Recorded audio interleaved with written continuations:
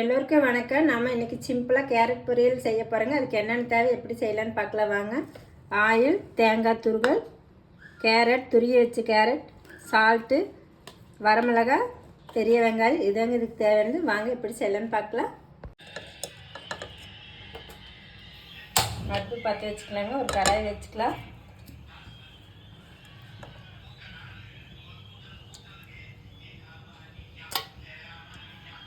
மூணு spoon oil விட்டுக்கலாங்க.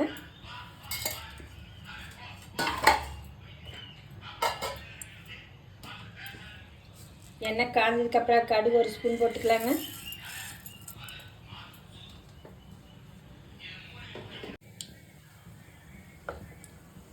கடுகு நல்லா பொரிஞ்சு வரட்டுங்க.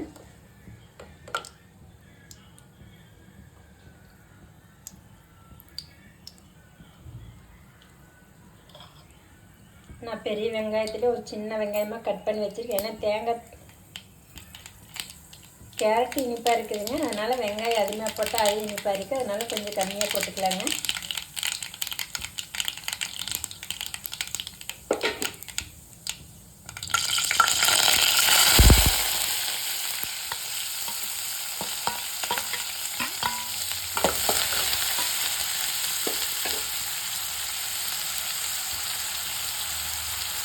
வெங்காயம் போட்டதுக்கப்புறம் ஒரு 10 மிளகாய் 4 வரமிளகாய் போட்டுக்கலாங்க.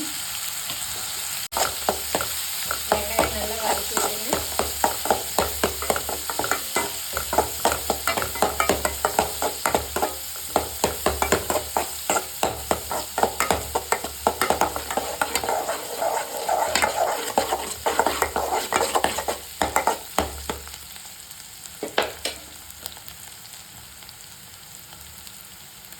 கருவேப்பிலை போட்டுக்கலாங்க.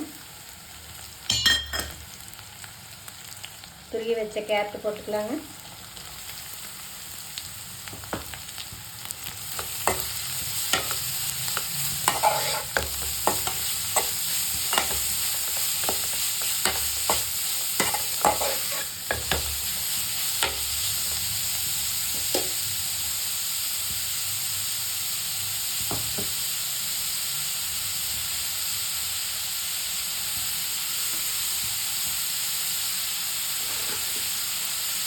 மஞ்சள் ஒரு சிட்டிகை போட்டுக்கலாங்க.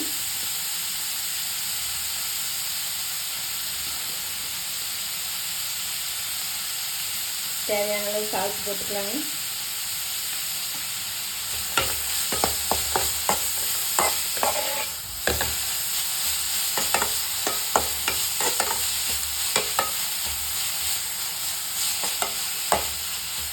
எல்லாம் போட்டு அப்படியே வதக்கி விடுங்க, டேஸ்ட்டு பிடிக்கும்.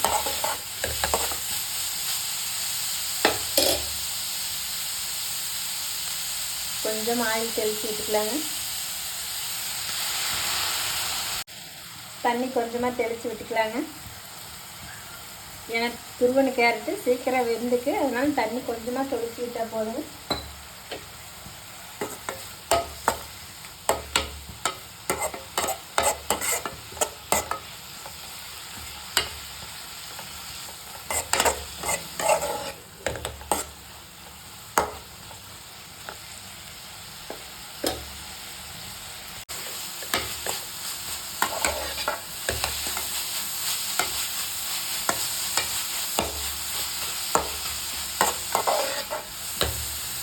கேரட் நல்லா வெந்துச்சுங்க.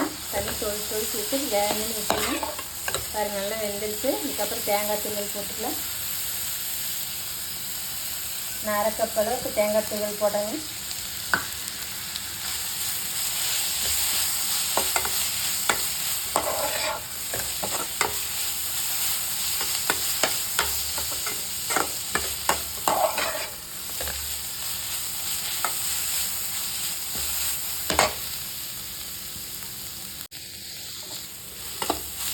கேரட் பொரியல் ரெடியாக இருக்குங்க. நீங்கள் இது மாதிரி செஞ்சு பாருங்க.